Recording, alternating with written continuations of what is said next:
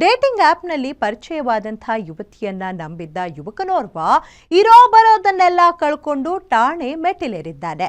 2 ತಿಂಗಳ ಹಿಂದೆ ಕವಿಪ್ರಿಯಾ ಎಂಬ ಹೆಸರಿನ ಯುವತಿ ಹ್ಯಾಪನ್ ಆಪ್ನಲ್ಲಿ ಪರಿಚಯವಾಗಿದ್ಲು. ಈಕೆಯನ್ನ ನವೆಂಬರ್ 1ರಂದು ಇಂದಿರಾನಗರದ ರೆಸ್ಟೋರೆಂಟ್ನಲ್ಲಿ ಭೇಟಿಯಾಗಿದ್ದ. ಬಳಿಕ ಇಬ್ಬರು ಸೇರಿ ಮದ್ಯಪಾನ ಮಾಡಿದ್ರು. ನಂತರ ಕವಿಪ್ರಿಯಾ ಯುವಕನನ್ನ ಲಾಡ್ಜ್ಗೆ ಕರೆದೊಯ್ದು ಮಧ್ಯರಾತ್ರಿ ಆಕೆಯೇ ಊಟ ಆರ್ಡರ್ ಮಾಡಿ ತರಿಸಿದ್ಲು. ನಂತರ ಕವಿಪ್ರಿಯಾ ಕೊಟ್ಟ ನೀರು ಕುಡಿದ ಯುವಕ ಪ್ರಜ್ಞೆ ತಪ್ಪಿದ್ದ. ಬೆಳಗ್ಗೆ ಕಣ್ಣು ಬಿಟ್ಟು ನೋಡಿದ್ರೆ ಆಕೆಯೂ ಇಲ್ಲ, ತನ್ನ ಬಳಿ ಇದ್ದಂತಹ ಚಿನ್ನ ಹಣವೂ ಇರಲಿಲ್ಲ.